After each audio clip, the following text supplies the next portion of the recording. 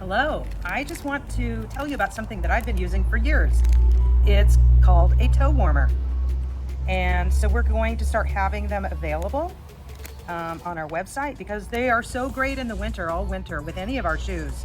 So I just want to show people who don't live in Alaska and who are not familiar with this product how they work. They're very simple. You open them up, and there's 2 in each packet, and they start activating as soon as they hit air. Sometimes I shake them a little bit.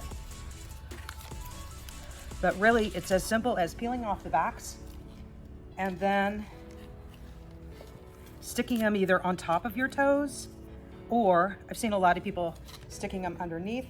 Personally, I like them on top of my toes, and it can take up to 20 minutes for them to really start to heat up.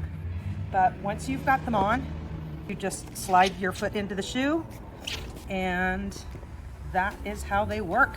They will stay hot for up to 5 hours, and I have used these on many occasions.